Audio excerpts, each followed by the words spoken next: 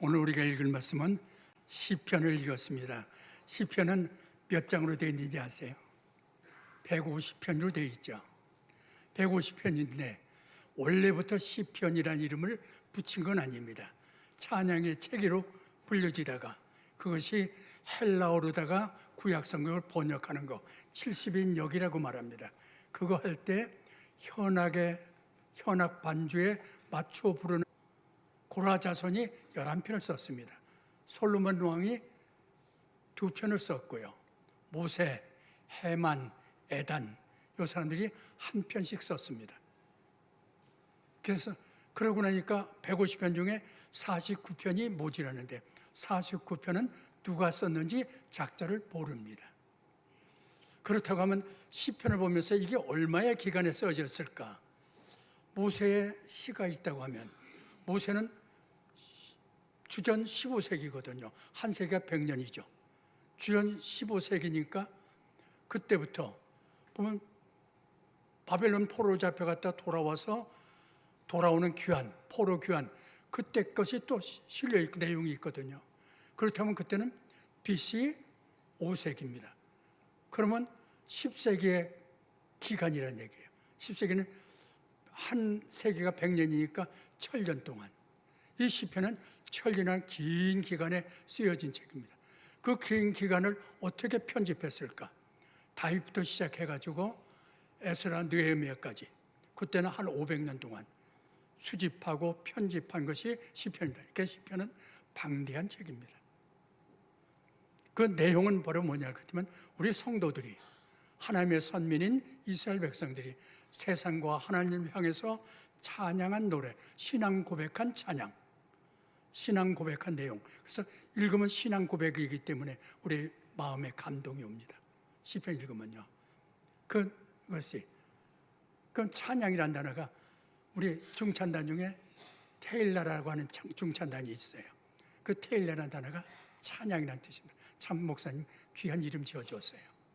우리 담임 목사님이 지어준 이름인데 그 테일라 그것은 할렐루야 우리 오후 예배 때 찬양팀 할렐루야하고 어근이 같은 단어 찬양한다는 뜻입니다.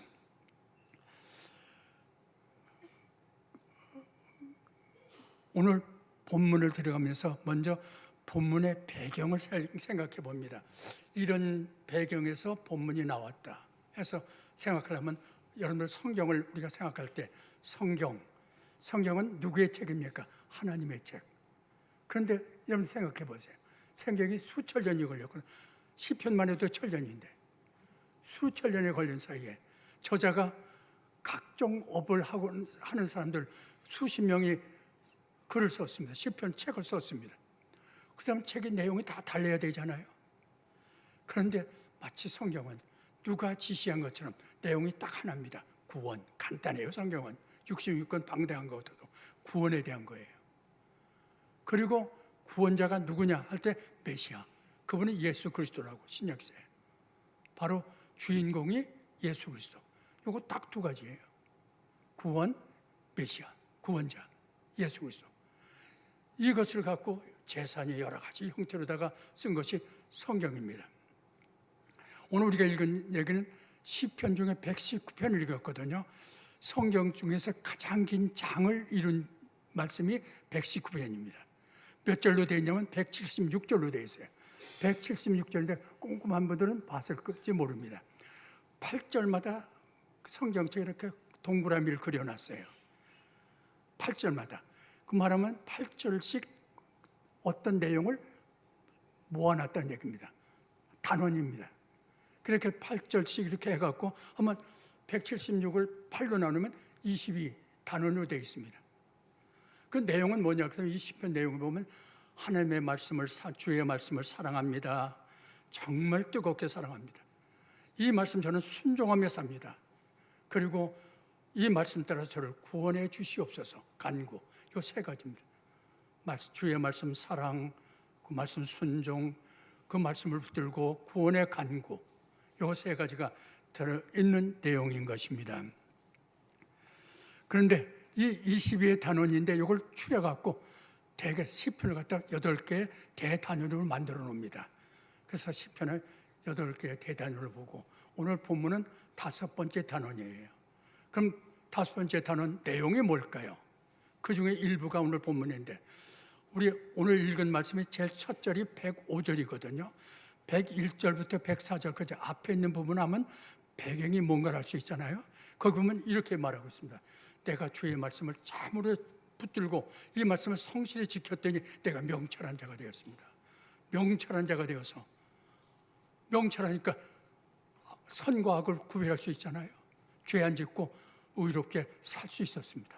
주의 말씀은 정말 나에겐 굉장한 명철하게 하시는 귀한 말씀입니다. 그래서 나는 이 말씀을 너무 사랑합니다.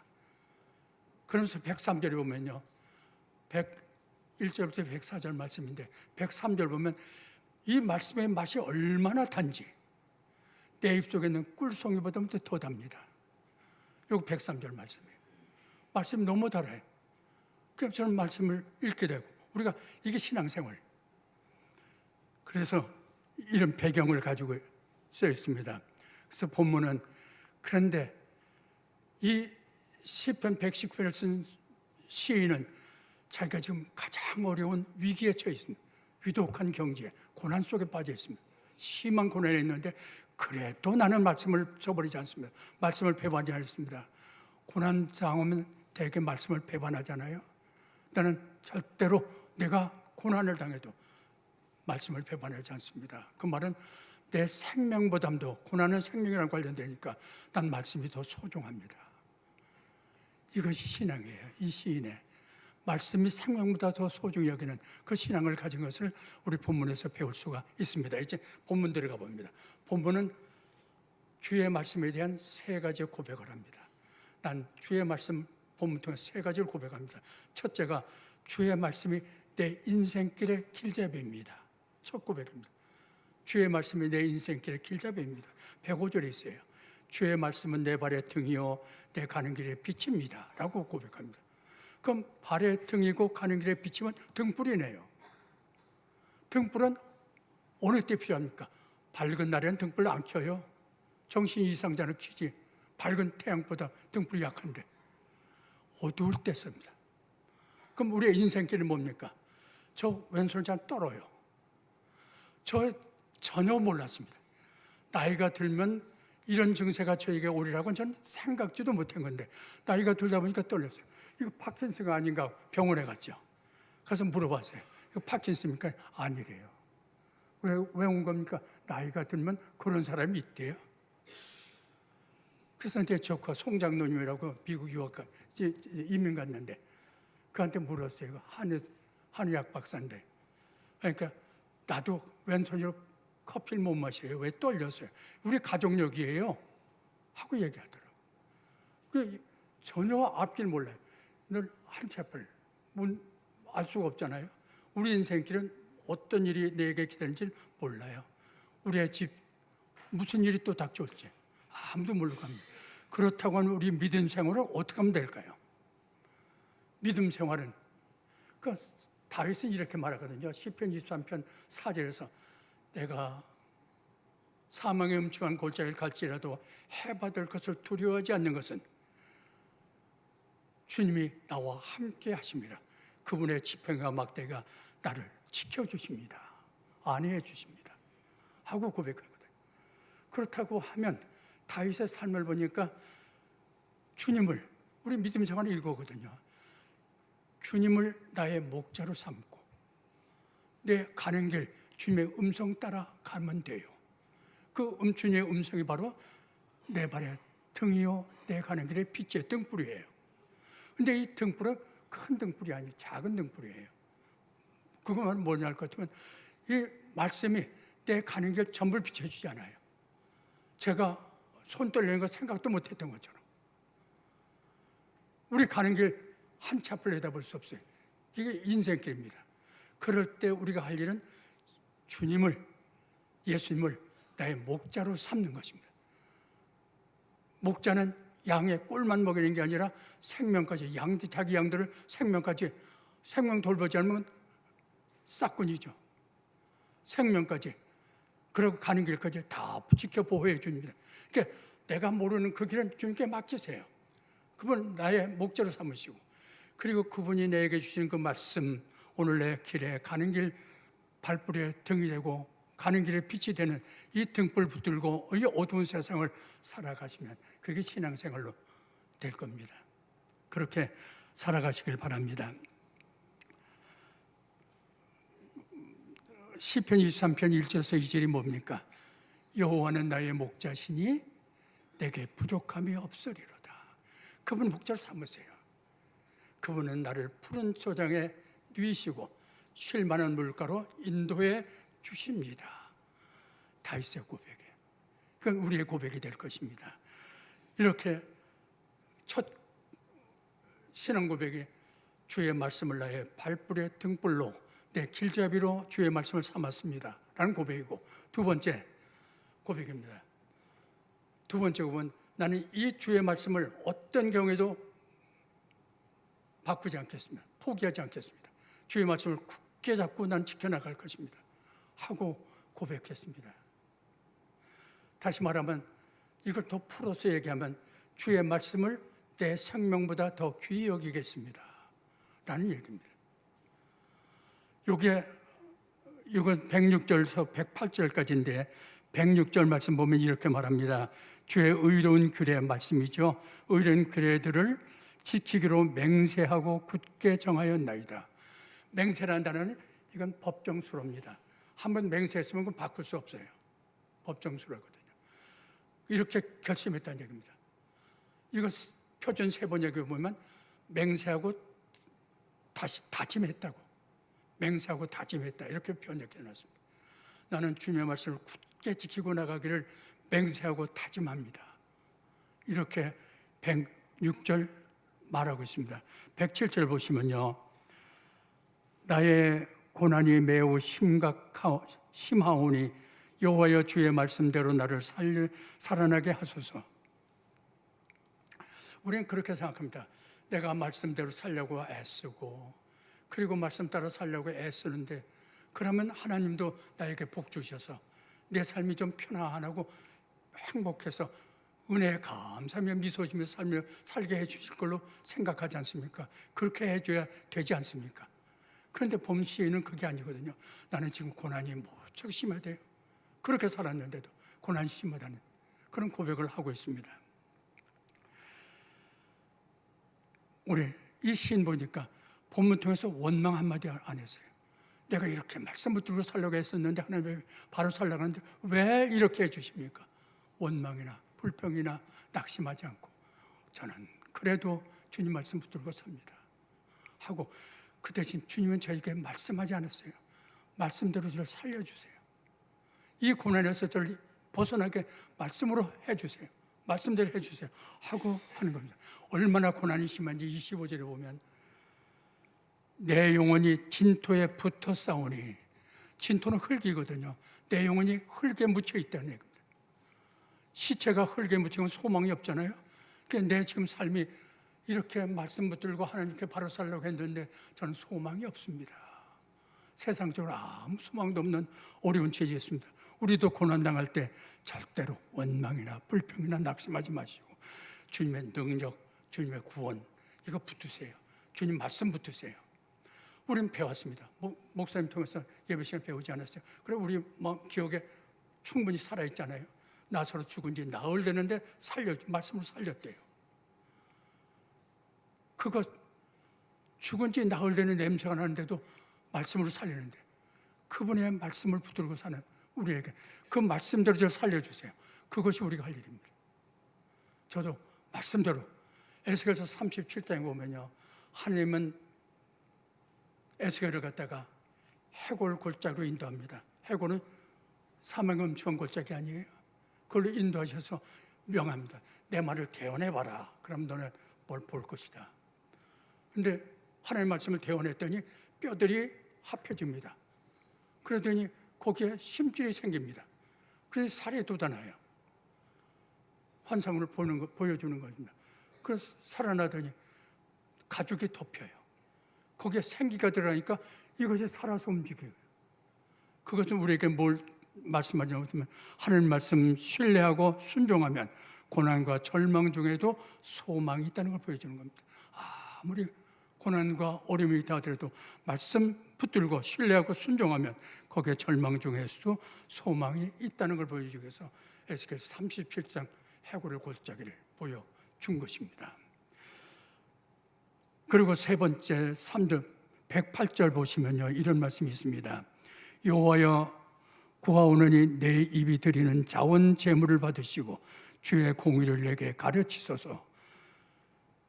여호와여 제 입에서 드리는 자원 제물을 받으시고 저에게 공의를 가르쳐 주세요. 공의는 하나님의 말씀이 공의의 말씀이에요. 이 말씀이 뭡니까? 내 입에서 나오는 자원 제물을 하나님 받으시라.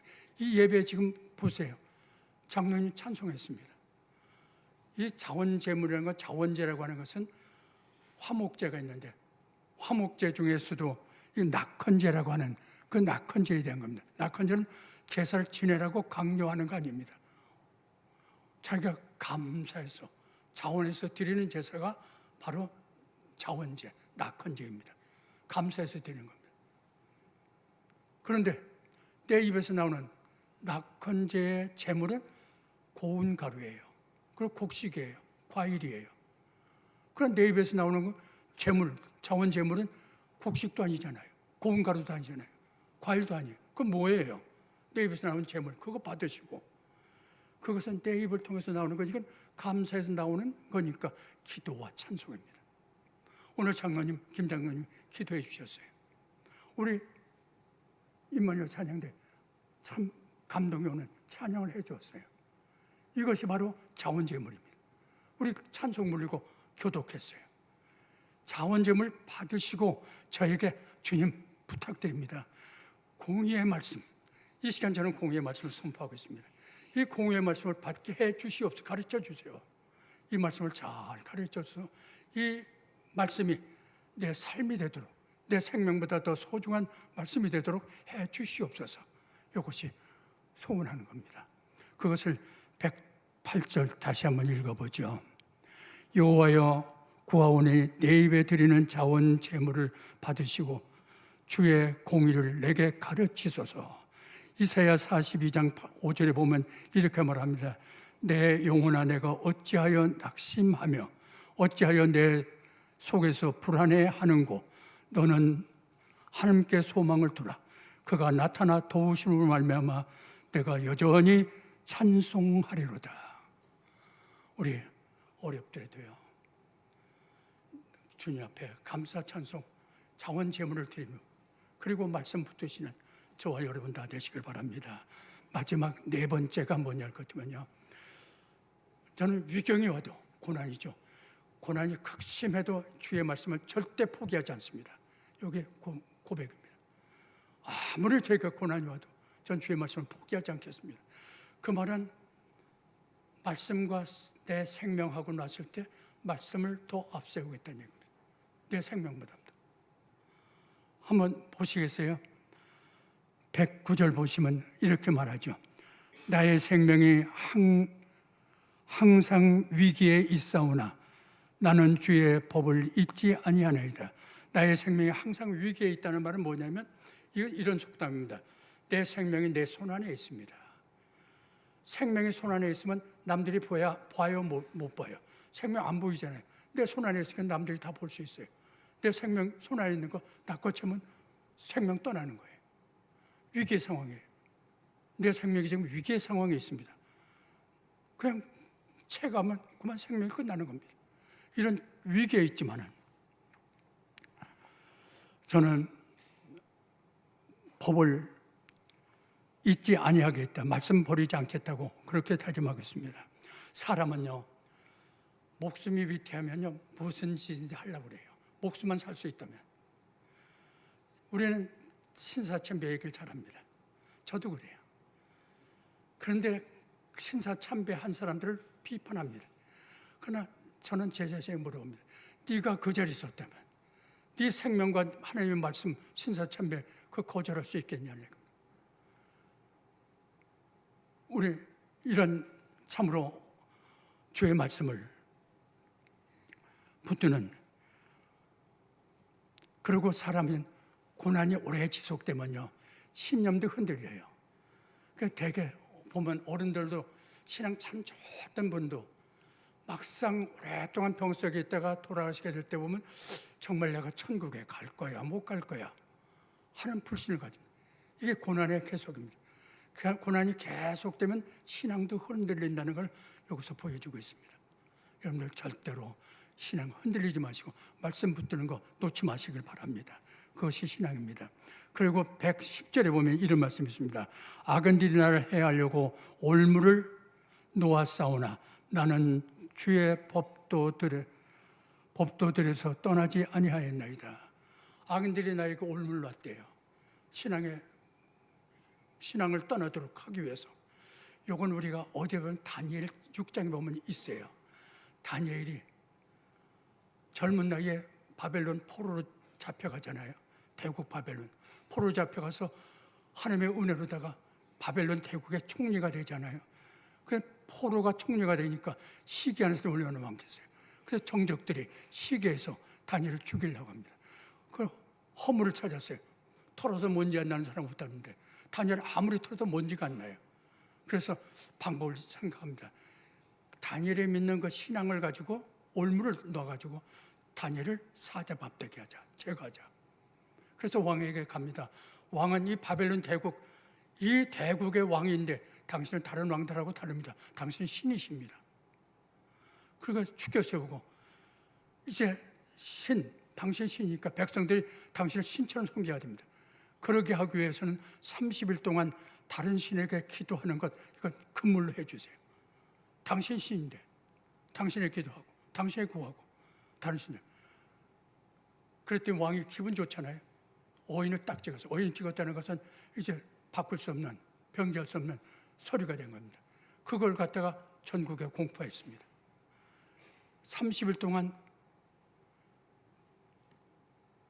기도하는 사람이 있으면, 다른 신에게 기도하는 사람이 있으면 사자밥이 된다. 다니엘은 총리인데 알아요. 나를 제거하기 위해서 저렇게 올무를 놨구나 압니다. 이제 다니엘이 할 일은 두 가지예요. 생명을 앞세울 것인가, 말씀을 앞세울 건가. 생명을 앞세우면 쉬워요. 30일 동안 기도 안 하면 돼요. 그리고 기도해야 된다면 문만 닫으면 돼요. 문 닫고 보지 못하게 숨어서 기도하면 돼요. 근데 다니엘은 그냥 문 열어놓은 채로 전에 하던 대로 그대로 놓고 기도했어요. 생명보다 말씀을 더 앞세운 겁니다. 말씀 붙은 겁니다. 그랬더니 그걸 보고 옳거니 올무에 걸렸구나 하고 사자굴에 집어던집니다. 사자밥이 되는데 그때 하나님이 역사하십니다. 사자 입을 봉해서 다니엘을 해치지 못하겠습니다. 다니엘은 사자굴을 통해서 하나님께 영광을 돌려드렸습니다. 이것이 말씀 붙드는 삶인 것입니다. 올무를 우리도 살다 보면 올무에 빠질 때가 있어요. 가장 어려울 때, 극심한 어려움 속에 빠질 때가 있습니다. 그럴 때도 말씀 붙드시고 하나님 바라보시길 바랍니다. 111절 말씀 한번 보세요. 주의 증거들로 내가 영원히 나의 기업을 삼았사오니 이는 내 마음의 즐거움이 됨이니이다. 주의 증거도 말씀이에요. 옳고 그런 걸 증거해 주는, 판단해 주는 것이 증거니까요. 그래서 하나님의 말씀을 갖다 나의 영원한 기업으로 삼았대요. 이것이 내게 즐거움이래요. 그러면 이스라엘 백성에게 기업하면 두 가지 생각나죠. 하나는 뭘까요? 이스라엘 백성이 가나안 땅에 들어갔습니다. 가나안 땅에 들어가니까 하나님이 각 지파에게 땅을 분배해 줬어요. 이 땅은 너희 기업이다. 자손 대대로 이것이 너희들의 생명을 유지하는, 먹고 사는 땅이에요. 기업이 땅의 축복이에요. 그 기업을 해줬습니다. 만약에 어려워서 땅을 팔아야 될 경우가 있다 하더라도 희년이라는 제도를 만들어갖고 희년이 되면 도로 주인에게 돌려줄 수 있는 그 제도를 만들었습니다. 그래서 영원히 그 땅을 유지할 수 있도록 기업이 되게 해주었어요. 근데 이 기업보다 오늘 본문의 시인은 주의 말씀을 나는 내 가정의 기업으로 삼습니다. 땅의 기업 좋죠. 여러분들 자녀들이 좋은 대학, 좋은 직장, 돈 많이 벌고 편안하게 잘 사는 거 싫어요? 전 좋아요. 이건 땅의 기업이에요. 좋습니다. 그거 하기 위해서 아이들이 열심히 살길 원해요. 공부도 하고 다. 나쁜 게 아니에요. 그러나 그것보다 더 소중한 것은 오늘 시인의 얘기입니다. 주의 말씀을 기업으로 달라는 이것을 우리 가정의 기업으로 삼는, 이것이 우리 가정의 기쁨이라는 겁니다. 자녀들이 우린 그럽니다. 너 공부를 위해서 교회 좀 빠져도 돼. 그거 아닙니다. 땅의 기업 물론 그 귀하지만 그러나 하늘의 기업이 더 중요한 것. 하나님의 말씀 더 중요하다고. 이것이 바로 111절의 말씀입니다. 주의 증거들 내가 영원히 나의 기업을 삼았사오니 이는 내 마음의 즐거움이 됨이니이다. 오늘 이 말씀 붙드시고 우리도 혹시라도 땅의 기업이 주의 말씀보다 더 귀하게 여기는 성도님이 안 계신가? 하마터면 그렇게 할 수 있어요. 그러나 생각을 바꾸시길 바랍니다. 그리고 요엘서입니다. 요엘서 찾기 힘들죠. 요엘서 1장 3절에 보면요, 이렇게 요엘서는 기록하고 있습니다. 너희들은 이 일을, 오늘 제가 전한 이 일을 갖다가 내 자손들에게 말하라. 내 자손들은 이 일을 그 다음 대에게 말해주어라. 그 다음 대들은 그 다음 세대들에게 이 말을 전하라.